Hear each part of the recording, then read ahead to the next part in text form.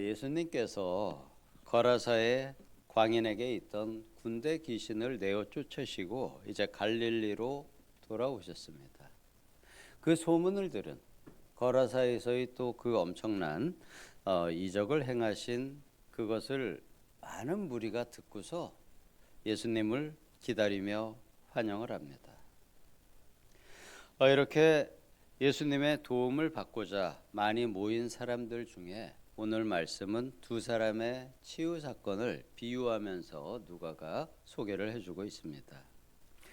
누가복음은 대체적으로 시간의 순서대로 사건이 구성되어 있습니다. 먼저 야이로라는 회당장이 예수님 앞에 엎드려 예수님께 간구합니다. 이 회당장이라는 위치, 사회적인 신분은 회당 건물의 유지 또 운영을 책임을 지고 안식일 집회가 있을 때 그 설교자를 선정을 하고 예배의 질서와 거룩함을 신성함을 유지하는 책임을 맡은 사람입니다. 유대 사회에서 최고의 상류 계층으로 사회적인 존경을 받는 사람입니다. 그러한 회당장이 자신의 12살 된 외동딸이 죽어가는 상황에서 예수님께 찾아와 자기의 집에 오셔서 자기의 딸을 치유해 주시기를 발 아래 엎드려 간청을 하고 있습니다. 이렇게 자신의 외동딸, 그녀가 죽음을 눈앞에 둔 상황에 자신의 사회적인 체면 생각하지 않고 예수님 앞에 발 앞에 엎드려 간청할 수밖에 없는 상황이 된 것입니다. 어떠한 의사나 랍비가 그것을 고칠 수 있었다면 벌써 고쳤을 것이지만 아무도 고치질 못했고 혹시나 싶어서 이제 예수님께 와서 매달리고 있는 것입니다. 그래서 이렇게 친히 찾아왔습니다. 예수님께서는 흔쾌히 허락을 하셔서 함께 이 회당장 야이로의 집으로 가는 중에 또 많은 무리들이 몰려들어서 예수님을 보고자 하고 혹시나 하는 마음에 예수님의 옷에 손이라도 닿으면 자기의 간청이 이루어질까, 치유가 될까 하면서 예수님에게 몰려들고 있는 상황이었습니다. 그런데 한 여인이 찾아와서 예수님의 옷가에, 옷술에 손을 댔습니다. 유대 남자의 옷술이라는 것은 여긴 옷가라고 되어 있지만 다른 복음서에는 옷술이라고 표현이 되어 있는데요. 유대 남자들은 겉에 우리 두루마기처럼 긴 옷을 위에 덧 입습니다. 그러면 옷 뒤쪽에 이렇게 모서리 부분에 파란색 실로 양쪽에 술을 달아서 모서리의 양쪽으로 그것을 달았습니다. 그것은 모세오경에 그렇게 하라고 되어 있고 그것을 만드는 이유는 그 옷술을 볼 때마다 내가 아니면 다른 사람들이 내 옷술을 보면서 모세오경의 율법을 생각하라는 의미에서 하나님께서 그렇게 지시를 하신 사항입니다. 그런데 한 여인이 예수님을 찾아와 그 옷술을 만졌습니다.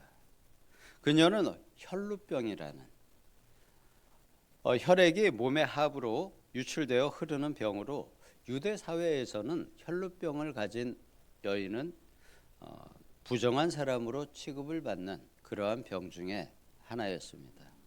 그런데 그 병을 12년간 앓으면서 많은 재산을 사용을 하고 많은 의사들에게 찾아갔지만 아무도 고치지 못한 당시로서는 불치병을 가진 여인입니다. 이 여인도 야이로와 같이 예수님의 소문을 듣고는 예수님의 그 옷이라도 만지면 혹시라도 자신의 병이 나을까 기대를 가지고 사람들 틈에서 예수님의 옷술에 손을 대는 순간에 자신의 혈루증이 그치고 병이 치유되었음을 느낍니다. 그런데 이것을 여인만 느낀 것이 아닙니다. 같은 순간에 예수님 역시 자기에게서 치유의 능력이 빠져나감을 누군가가 치유받았음을 함께 느끼셨습니다. 그래서 그 순간 예수님이 주위를 돌아보며 그 여인인지 아셨는지 모르셨는지는 모르지만 예수님이 우리에게 말씀하십니다. 누가 내게 손을 대었느냐? 예수님께 손을 대던 사람들이 모두 놀라서 자기는 아니라고 부정을 합니다. 또 제자 중에 베드로가 말합니다.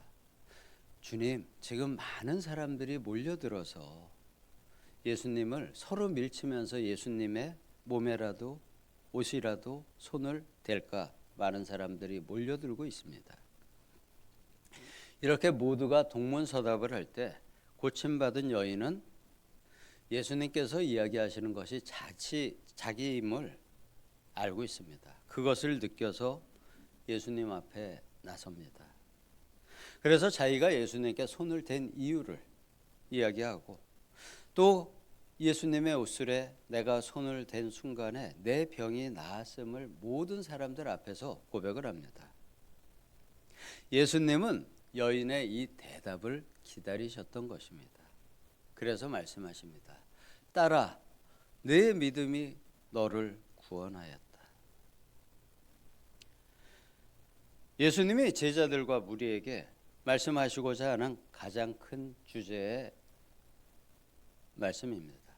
내 믿음이 너를 구원하였으니 평안히 가라. 며칠 전에 제자들과 함께 거라사 땅으로 배를 타고 건너갈 때 광풍이 불어서 위기의 순간이 오자 제자들이 예수님을 깨워 고난을 해결해 주기를 원했습니다. 그때 예수님이 제자들에게 하신 말씀입니다. 너희의 믿음이 어디 있느냐 말씀하셨습니다. 지금 이 혈루병을 12년간 앓은 여인은 자기의 믿음으로 예수님의 옷가에 손을 대어 자신의 불치병을 치유받았습니다. 그 치유의 원인이 여인의 믿음이라고 예수님께서 증거해 주시는 것입니다. 제자들에게 말씀하신 너의 믿음이 어디 있느냐 말씀하신 그 믿음이 지금 바로 이 여인에게 있다고 여인을 칭찬하시는 것입니다. 근데 이렇게 여인과 대화를 하면서 시간이 지체되는 동안에 회당장 야이로의 집에서 사람이 찾아와 12살 된 딸이 죽었다고 알립니다. 그리고 그것을 알림과 동시에 예수님을 원망하는 말을 함께 합니다. 선생님을 더 괴롭게 하지 마옵소서.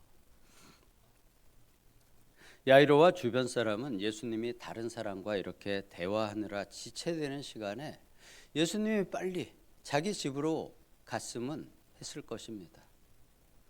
차마 말하지는 못했지만 그 원망의 마음을 담아서 예수님 들으라고 누군가가 일부러 소리내어 말하는 것입니다.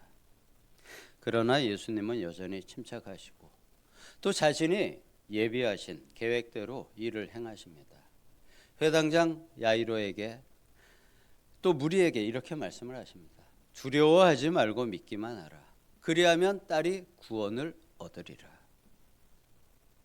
그리고 야이로의 집에 계속 가시면서 그 집에 이르러 사람들에게 또 말씀하십니다. 울지 마라. 죽은 것이 아니라 잔다. 이렇게 말씀을 하시고는 아이에게 가서 아이의 손을 잡고 말씀을 선포하시면서 그녀를 일으키십니다. 아이야 일어나라 말씀하시니 아이의 영이 아이에게 돌아와 아이가 깨어났습니다. 먹을 것을 주라 하십니다. 마치 아무 일이 없었던 것처럼 예수님은 자연스럽게 이렇게 죽은 아이를 살려내셨습니다. 혈루병 여인은 자기의 믿음으로 구원을 받았고 야이로의 딸은 그녀 아버지의 간구함으로 예수님께서 그것을 허락하심으로 구원을 받았습니다. 야이로에게 하신 말씀은 이 말씀이었습니다. 두려워하지 말고 믿기만 하라. 이렇게 말씀하셨습니다. 그 야이로의 믿음의 반응이 어땠는지는 말씀에 나오지 않아 알 수 없지만 그는 딸이 죽었다는 말을 전해 듣고도 부정적인 모습을 보이지 않았습니다. 여전히 예수님의 말씀을 믿고 순종하여 그대로 함께 집으로 찾아와서 예수님의 지시대로 그대로 행동하였습니다. 자, 우리가 한번 세 가지의 경우를 정리를 해보도록 하겠습니다. 거라사의 광야는 예수님께서 친히 찾아가셔서 그에게 귀신을 내어 쫓으심으로써 그의 정신병을 치유해 주셨습니다. 혈루병 여인은 본인이 예수님을 찾아와서 자신의 믿음으로 치유받았습니다. 야이로의 딸은 그 아버지가 예수님을 집으로 인도하며 믿음으로 끝까지 순종해서 치유를 받았습니다. 오늘 말씀의 주제는 앞에서와 같이 여전히 믿음입니다. 오늘 매일 성경 오늘 부분을 보시면은 그 제목이 이렇게 되어 있습니다. 믿기만 하라입니다. 주님은 우리에게 믿음을 받고자 하십니다. 우리는 우리의 아버지 하나님과 우리 주님 예수님에게 그리고 성령 하나님에게 믿음을 증명해 드려야 합니다. 이것이 바로 믿음을 가진 우리들이 할 일입니다. 성경에서 두려움의 반대는 용기가 아닙니다. 두려움의 반대말은 믿음입니다. 우리의 삶에서 두려움이 오는 순간에 믿음의 말과 행동으로 나의 믿음을 아버지와 주님께 증명해 보여드리기를 예수님의 이름으로 축복합니다. 기도하겠습니다. 아버지가 우리에게 주신 삶의 순간들은 때로는 평탄하고 때로는 두려움에 몰려오는 순간들도 있습니다. 그 두려움이 오는 순간에 사람이나 주변의 환경을 보지 않고 그럴 때일수록 우리의 마음과 함께 하시는 주님만 의지하고 나아가 아버지 앞에 우리의 믿음을 증명하고 믿음으로 구원받고 평강할 수 있기를 예수님의 이름으로 기도드립니다. 아멘.